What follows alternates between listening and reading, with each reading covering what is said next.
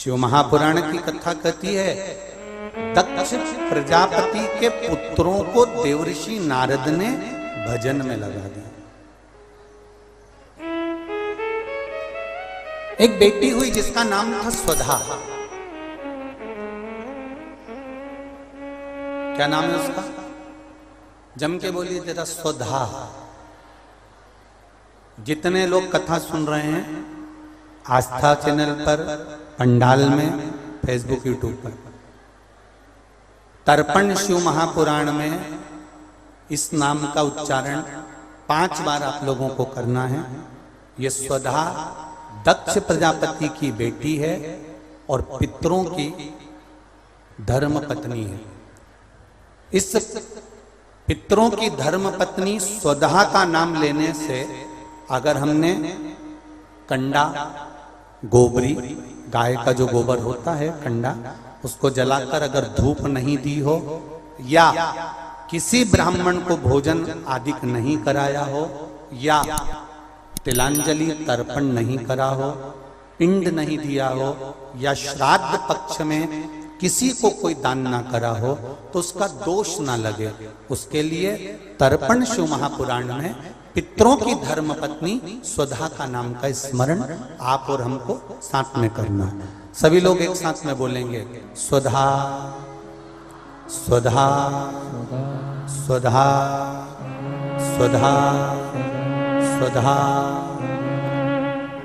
बस ये 5 बार जो उच्चारण आपने पितरों की धर्मपत्नी स्वधा का करा है, जिस समय पर पितृलोक से आर्यमा देव के साथ में हमारे यहां पर आते हैं। और मेरा बहुओं से निवेदन है, बेटियों से निवेदन है, माताओं से निवेदन है, मान लो आपको कोई ब्राह्मण देवता ने कहा कि आपके यहां पितृदोष है,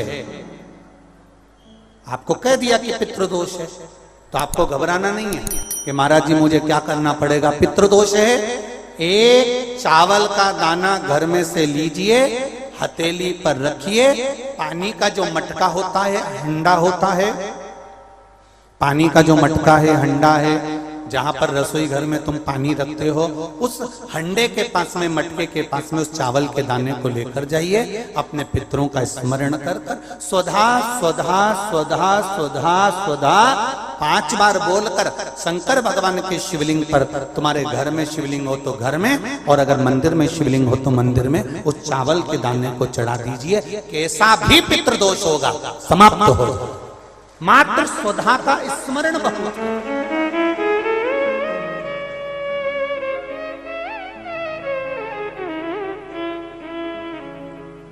हम तो उनसे भी कहेंगे जिनका बार बार एक्सीडेंट होता हो, जो बार बार गिरते पड़ते रहते हो, बार बार एक्सीडेंट होता हो, बार बार उनको चोट लगती हो, बार बार, और उनको भी कहेंगे जिनको सर्दी की बीमारी या दमे की बीमारी या श्वास की बीमारी, उनसे भी कहेंगे कि श्राद्ध पक्ष में एक चावल के दाने का प्रयोग स्वधा नाम से अवश्य करें।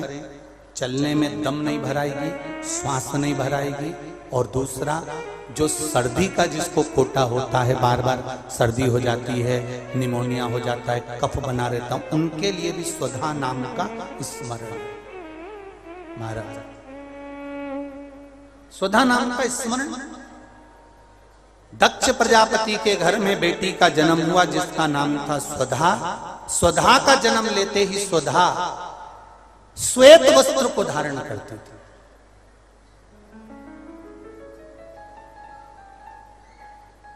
कोई वस्त्र अगर स्वधा पहन रही है तो श्वेत वस्त्र धारण कर रही है। एक दिन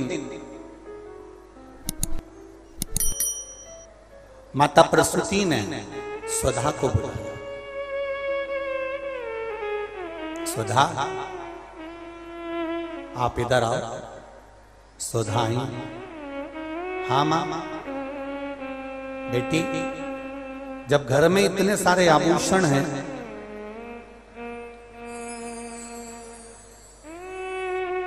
और घर में इतने सारे आभूषण जब रखे हुए हैं, तो तुम उन आभूषणों को धारण क्यों नहीं करते? उन आभूषणों को क्यों नहीं पहनते? घर में इतने सारे वस्त्र रखे हैं तो तुम उन वस्त्रों को धारण क्यों नहीं करते?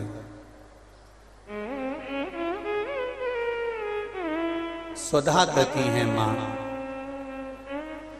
संसार सागर में जब किसी के प्राण छूट जाते हैं और प्राण छूटने के बाद वो जीवात्मा अगर अच्छी जीवात्मा है तो वो देवलोक चली जाती है। जो बुरी जीवात्मा है वो भटकती रहती है, भटकती है। मां, उन जीवात्माओं के कल्याण के लिए मैं श्वेत वस्त्र धारण करता हूं। श्वेत वस्त्र, श्वेत चावल का दाना, श्वेत दूध, श्वेत दही, श्वेत शकरखंड, श्वेत पुष्प, श्वेत जनेऊ, श्वेत वस्त्र, ये मेरे शंकर भगवान को अति प्रिय लगते हैं। उसका कारण है कि उनको पितरों को मुक्ति देना पड़ती है, पितरों को मोक्ष देना होता है। आज एक प्रश्न किसी ने सीहोर ऑफिस में भेजा है कि गुरुजी,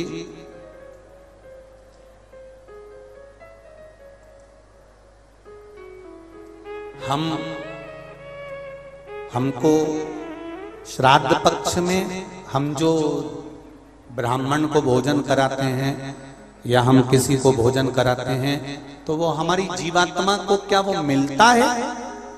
क्या विचार है भाई? अशोकनगर वालों बोलो जरा जल्दी से। प्रश्न भेजा है किसी ने। हम अगर किसी ब्राह्मण को भोजन करा रहे हैं, हम किसी को भोजन दे रहे हैं तो वो हमारी जीवात्मा को मिलता है? 3 प्रश्न हैं और तीनों प्रश्न का उत्तर जरा देखिएगा, बड़ा ध्यान रखना। और जिसने प्रश्न करा है उत्तर प्रदेश से, वो ध्यान से सुनना भाई।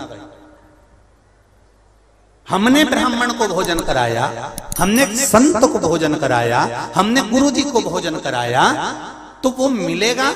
पहले तो ये अंदाजा करिए कि आप भोजन दादा ससुर के नाम से करा रहे हो तो दादा ससुर का नाम लेना पड़ेगा। बोलो सही है कि गलत है?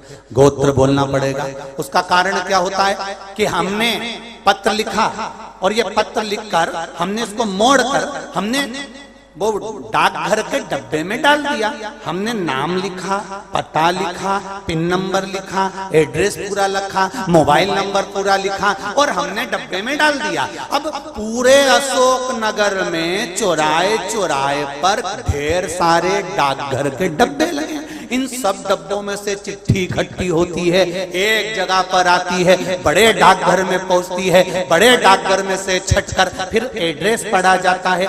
एड्रेस में तुम्हारा नाम पढ़ने का बाद में पहले ये पढ़ेंगे कि पिन नंबर क्या है, फिर पढ़ेंगे कि शहर का नाम क्या है। उसमें लिखा होगा गुना और गुना का पिन नंबर डाला होगा तो चिट्ठी को छाट छाट कर अलग रखते जाएंगे। अब गुना में ये चिट्ठी बड़े डाकघर में जाएगी, बड़े डाकघर में चिट्ठी पहुंची गुना के। अब वहां पर बैठकर छाटा गया कि बजरंग कॉलोनी के पास कौन रहता है, तो एलआईजी के पास कौन रहता है, तो चारभुजा नाथ जी के पास कौन रहता है, तो राजेश्वर मंदिर के पास कौन सा रहता है, कौन से वार्ड में रहता है, उसको छाट कर अलग रखा जाएगा। फिर वहां के डाकघर वाले व्यक्ति को, उस डाकिया को वो दिया जाएगा और उससे कहा जाएगा कि ये चिट्ठी पहुंचा दो। अब जरा प्रोसेस देखिए, डाली थी अशोकनगर में, इतने सारे डब्बों में इकट्ठी होकर एक डब्बे की चिट्ठी एक जगह पर इकट्ठी हुई बड़ी डाकघर में, वहां से इकट्ठी होकर फिर दूसरे डाकघर में गई, वहां से फिर धीरे धीरे डिवाइड होती चली गई। उसी तरह तुम्हारी लिखी हुई डाकघर की चिट्ठी जब वहां तक मुंबई पूना तक जा रही है और सही जगह नाम और एड्रेस है तो सही जगह पहुंच रही है, उसी तरह अगर श्राद्ध पक्ष में तुमने ब्राह्मण को भोजन कराया है, नाम और गोत्र लेकर कराया है, तो वो उस तक पहुंचता ही है, ये निश्चित है, उस तक पहुंचे। फिर दूसरा प्रश्न किया उसने, गुरुजी से पूछ के बताना कि गुरुजी तो कथा में कहते हैं कि मनुष्य की योनि छूटने के बाद फिर कौन सी योनि मिलती है किसको मालूम? ये गुरुजी ने कथा में कहा।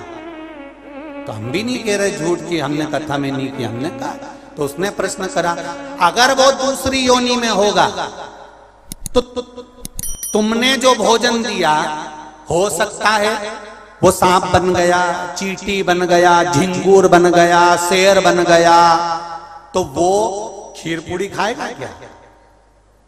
और पंडित जी को तो खीर पूड़ी खिलाने का बोलते हैं। फिर जब वो दूसरी योनि में पहुंच गया तो उसको खीर पूड़ी कैसे मिली? पंडित जी से, गुरु जी से पूछ के बताओ। तो हमारा निवेदन है, जब हम यहां से रुपया अमेरिका भेजते हैं तो वहां हमारा इंडियन पैसा नहीं होता, वहां डॉलर में चेंज हो जाता है। उसी तरह खीर पूड़ी भी डॉलर में चेंज हो जाती है, जैसा वो खाएगा वैसा उसे मिल जाएगा। जब भारत की करेंसी, भारत का पैसा यहां से डाला आपने अमेरिका, तो अमेरिका में बदल गया, आपने ऑस्ट्रेलिया डाला वहां में बदल गया, आपने कहीं डाला नेपाल ले गए तो नेपाल की करेंसी में बदल गया। जब यहाँ का रुपया वहां पहुंचकर वहां के रुपये में चेंज हो जाता है, तो हमने जो खीर पूड़ी ब्राह्मण को दी है और तुम्हारे यहाँ का वो जीव सांप बना कि झिंगुर बना कि शेर बना कि गीदड़ बना, उसको उस रूप में जो वो खाता होगा उस रूप में मिल जाता। डॉलर चेंज, यहाँ की खीर पूड़ी चेंज, वहां जाते से।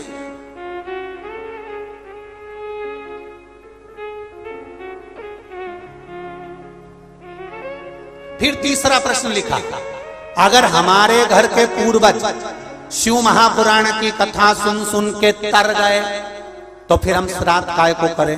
उनको तो मिलेगा ही नहीं, वो तो वैकुंठ पहुंच गए, फिर उनको श्राद्ध में भोजन कराने से मतलब क्या?